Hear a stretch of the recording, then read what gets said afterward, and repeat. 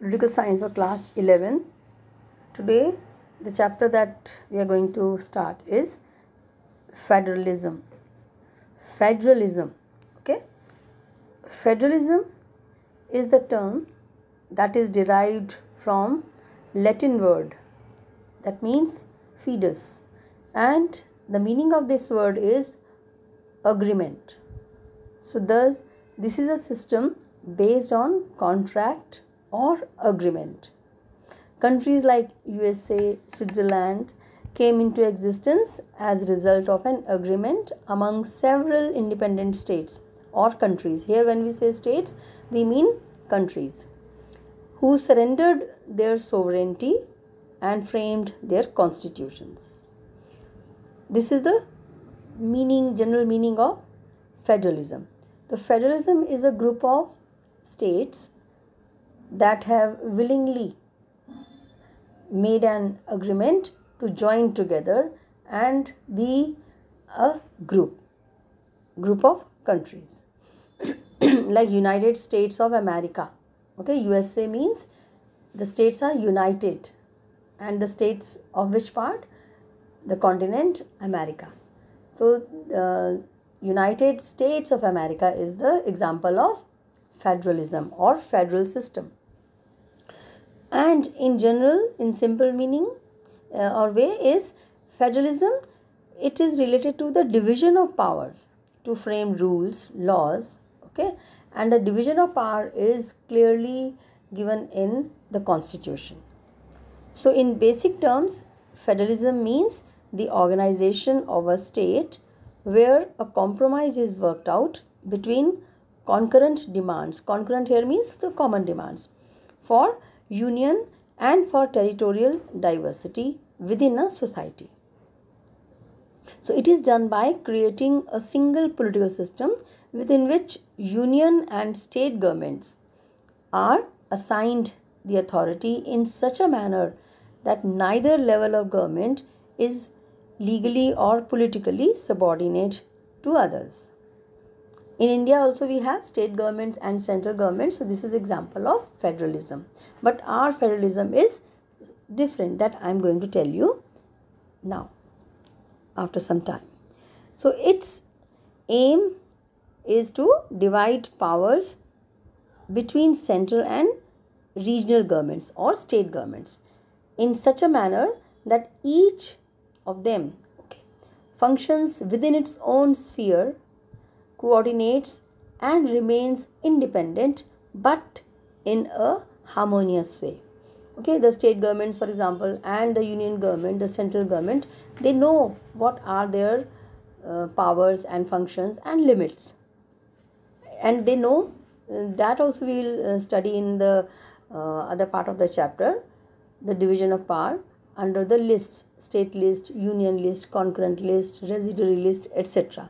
So they know what all they can do and what all is in their area or sphere. Now we come to the evolution of federalism, especially in India. Here we should go back in 1947. So the Constituent Assembly, you know, I have told you about the Constituent Assembly also. The Constituent Assembly in its objectives resolution adopted on January 22nd, 1947, the same year when we got independence, that declared Assembly's firm and solemn resolve to make India an independent sovereign republic, where states shall possess and retain the status of autonomous unit.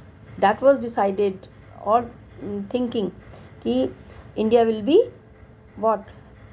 An independent sovereign republic where states shall possess and retain the status of autonomous units. But the situations were critical and different. And what was also decided there in that resolution, that residuary powers, the remaining power, new type of powers which were not already divided, were also be with the states. But by July 1947, the questions of partition made the Congress party, that was a very strong and leading party that time, that made Congress to become centrist. Centrist means the power is in the central government to decide for the entire country and even for the parts of that, like the states. So it made Congress to become centrist or central power or strong center. What was the reason for this? Mainly the socio-economic development. Okay, we were exploited badly for years and years, hundreds of years, and the development was needed now when we will get independence, that is of that time. So that was the reason we were socially, economically very poor. So that was possible only when the central would be a strong center or government. So which could be possible only through centralized planning. The central government will plan for various parts of the country, various states accordingly. So the reason to create a strong center were like this. For example, during the time of partition and soon after the independence, there were critical conditions like riots, princely states, their integration, the need to remove poverty, backwardness, and food shortage, and all these made the center to be strong. And the idea of provincial autonomy was to be dropped. Okay, that was the reason. And Dr. Ambedkar, who was the chairman of the drafting committee, he stated that India would be federal, but not by an agreement. That will not be in true sense a federal country. Okay, not by an agreement, as so, okay, no state would have the right to secede from it. So all the states would be the firm part of the country. And he said, though the country and the people may be divided into different states for the convenience of administration, okay, there would be division of power, but the country is on integral whole. Okay, that is an integral whole, one composite country, and its people a single people living under a single imperium. Single imperium means the rule, you can say here, derived from a single source. What is the single source? Single source is the constitution, the main constitution. According to that constitution only, the rules and laws and policies will be framed either by the central government or by the state governments. Now we take India as a quasi-federal state. So quasi-federal state means which is not completely accurately a federal, and that is true in case of India. We know India is a quasi-federal state because we have states also as the part of federal system. At the same time, we have strong centers and the states depending upon the central government or union government for various resources. So that is the meaning of quasi-federal state, which is neither completely union government or unitary government nor completely federal government. That is a mixture of both of them. So that is a unique feature of our political system.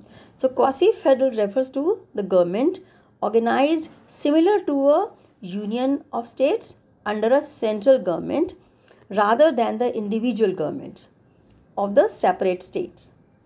It is a system where the distribution of powers between the center and states is not equal. Okay, is not equal. The state governments are not having independent sovereign status. They are not fully autonomous. They are under the control of the central government.